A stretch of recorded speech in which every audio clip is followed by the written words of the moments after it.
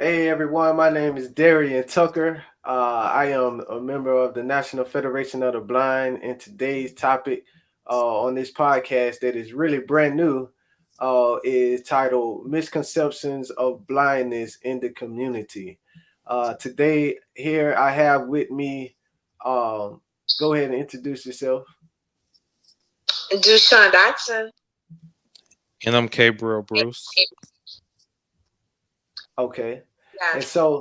Yeah. so today, okay, Dushan, are you what are you what are you a member of? What are you like your involvements, in your local community and national community? What? Okay. Okay. So I once again, my name is Dushawn Dotson. And I am a member of the At Large chapter, the National Federation of the Blind At Large chapter of Georgia. And Gabriel, what are your involvements in your local community and or Well, national? once again, I'm Cabriel Bruce, and I'm also a member of that large chapter. And I have done some community organizing, and looking forward to having great dialogue. Okay, yeah. So the title misconception of blindness in the community.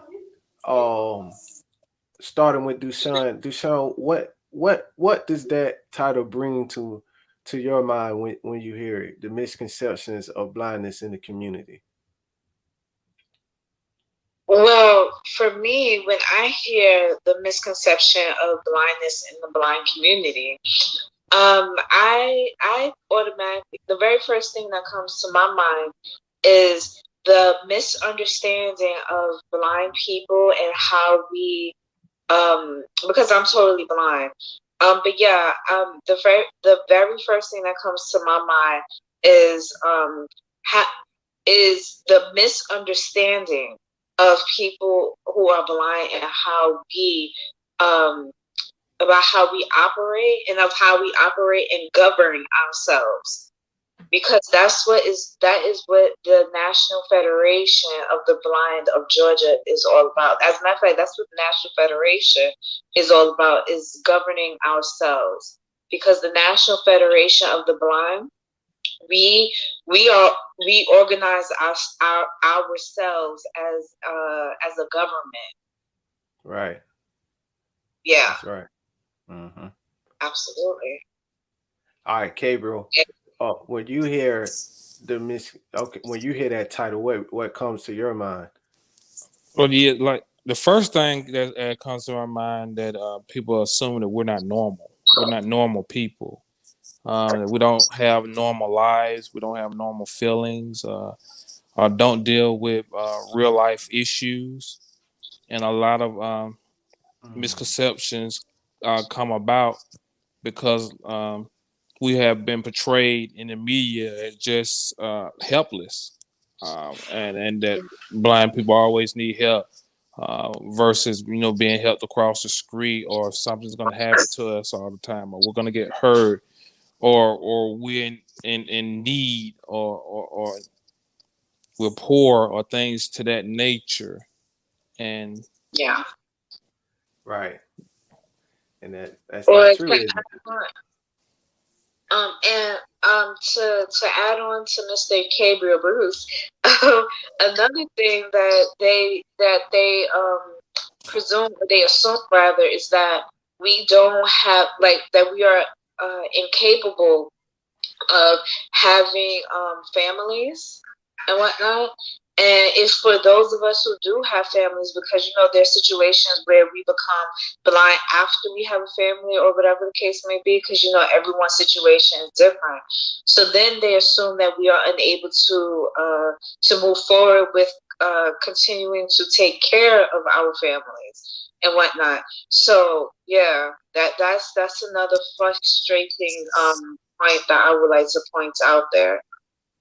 and I Because as a matter of fact, a few years back, we were trying, the National Federation of the Blind, we were trying to pass a law stating that people who are blind are fully capable of taking care of, of their children, because now I don't want to misquote, but if I'm not mistaken, what they were doing was people who are blind who had children, they were like taking their children away from them. Like the government, if I'm not mistaken, once again, they were taking their children, like the government, they were taking their children away from these blind people. And so, like I said, we were trying to get a law passed saying that, that us as blind people, we are fully capable of taking care of our children. And for somebody, do you remember that? Did y'all hear about that? Yeah, I yeah. remember that. But for somebody who has kids, and I've changed the diapers, I've had to warm the bottles and prepare food. So we have a system, and we do things. It may be not understood to the general public, but it works. And my kids are teenagers; they're healthy. Nothing ever happened to them, and everything is fine. So we are capable of being parents, and I have to sit through the field days and the recitals and the meetings and everything. So and, just and, because, and oh, go ahead. And something that's crazy. They're so busy work. Someone had pointed this out to me a few years back. They said to me, "We are so no, not we. They, the people, the government, whomever that's talking about taking our children away from us and whatnot. They're so concerned about us as blind people having children and whatnot. What about those people out here who are abusing their children and whatnot? Why aren't they taking their children away from them? But yet they're so very, they're so very quick to take our children away from us. You see what I'm saying?" Yeah, and that's where that misconception comes in, that we are incapable of keeping a home or being clean or being a provider. Some like some of our situations are different. Like in my case, I work 10 hours a day every day to provide for my kids, and just because I'm blind, I still want my family to have the same things that everybody else have. Same opportunities, and just because I'm blind, that don't stop me from wanting to be a provider. And yeah, so, and a lot of times, the misconception is that we don't want to be provided; we want to be provided for. We want to be on social programs. We want handouts, and that's far from the case. And what I told people all the time throughout my years is, don't give me a handout, give me an opportunity. Ain't that the truth? And that's very profound. And I want to touch on something that you said. Um, what you said, there's, we have a system, and that's exactly what they operate off of. A system, and we're very capable. If we got a system and we've been trained to, to adapt to that system, know the ins and out of it. You know, we're able to do all the things that they do, and and they need a system. If none of us have a system, then there's no organization, there's no governing, to keep everything in order, in place. When I hear the title "Misconceptions about Blindness in the Community," it brings to my mind when I when I when I went to the Voc Rehabilitation Agency to get assistance with going to work, and thinking that they're going to know everything about blindness. They they've read literature from actual blind people. They've interviewed blind people. They're seeing the blind people. But when I got there, man, they didn't know anything about blindness. But all they knew were things they seen on social media, things they seen that movies they watch, and they made that our reality. Like that's reality, but it's not Mm-hmm. reality. Uh, so that led to that. Then that's exactly what led to the National Federation of the Blind. All the blind, uh, of all the blind community getting together and say and forming a federation and say we're going to govern ourselves. We do not need uh anyone to interpret our motives, to determine our destiny. And on and I mean, even on the international level, that's a violation to hinder the right of somebody, the power of the right of self determination, you determining your own destiny. Uh, and so yeah, man, I do not, I see it as like misinformation, misinformed. If you want to know, if you want to know how to deal with the blind, ask the blind and learn from the blind. Don't try to make any suggestions. Don't try to get any advice. Ask questions, and listen and observe. That's why formats like this have to exist, and it's time for us as um, blind people or people with visual impairments to start leading the narrative on what is acceptable for us, what we need to be successful, and how to proceed going forward and interacting with us. Because it's not a textbook, because we are different. We all have different issues and Uh, different ways we proceed in life. So we have to go out and write that narrative now, because the way it has been written, we have found out now is it's not acceptable. It's not going forward. It's not acceptable because it's not fitting our needs in this time. right. To move to touch on what it was that you were saying a little bit more. Before um going back, y'all are both right. Like they should.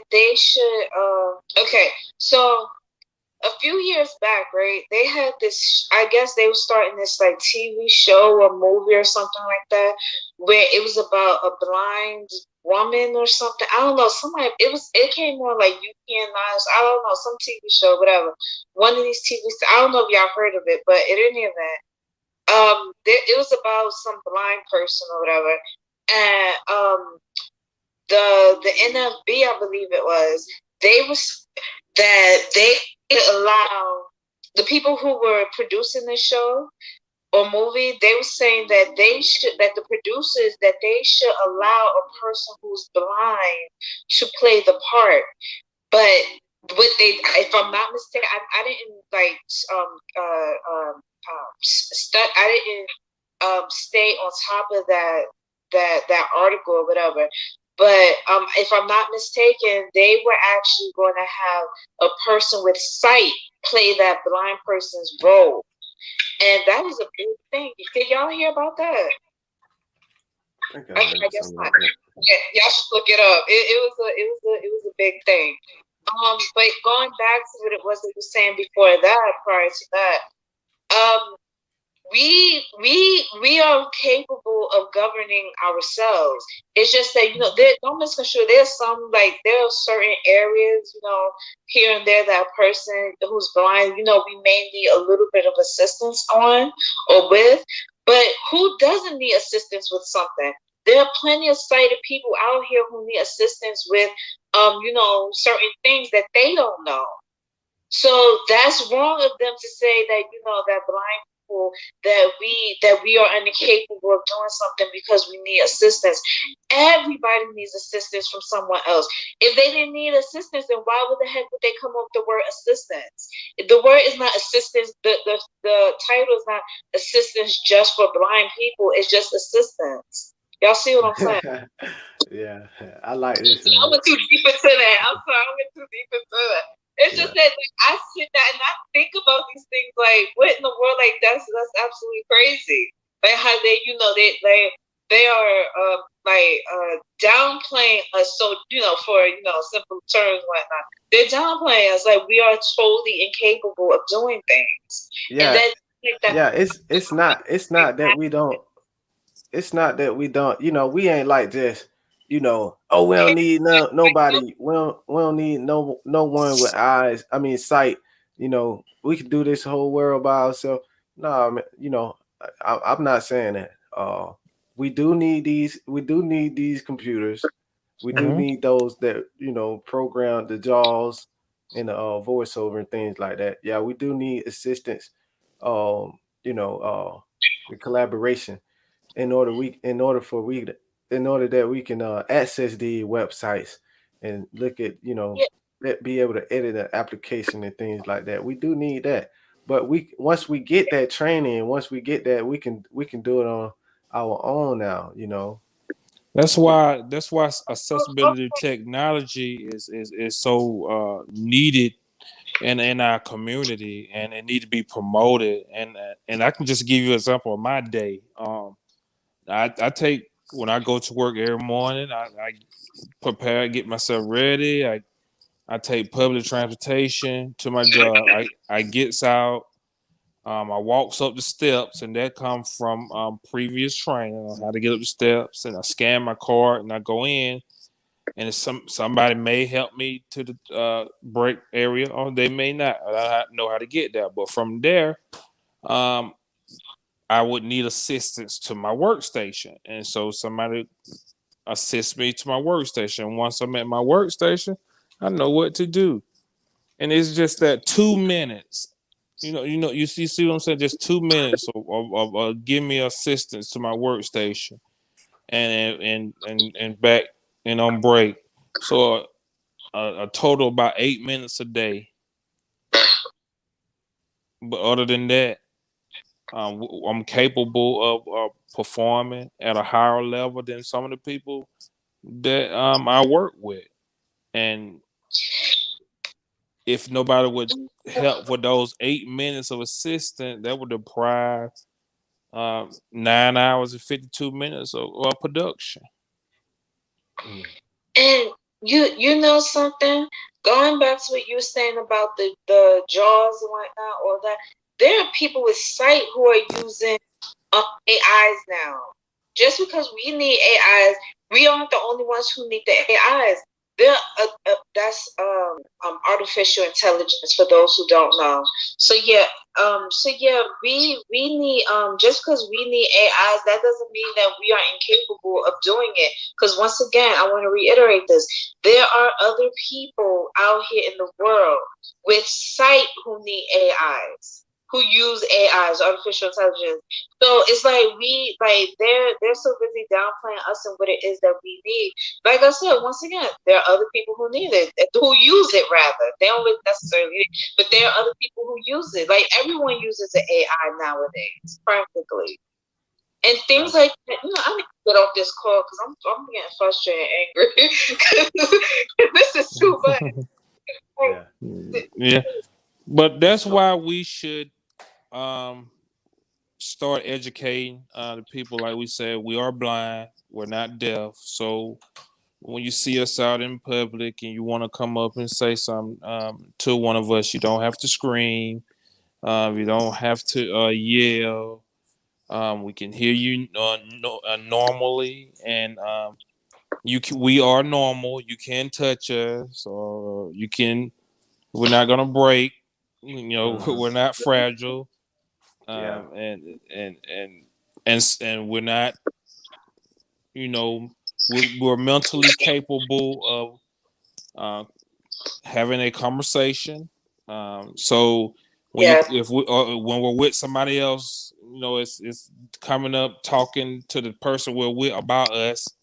That's not, if you want to say something to one of, you could just say it directly to us. Not the person beside us, because we're capable of speaking for our own self. Yeah. You know. I mean, Exactly. just think if they was in our shoes, you know, Hmm. I mean, they would understand. And Um, and Exactly. that's what we have to do. We have to mentally put.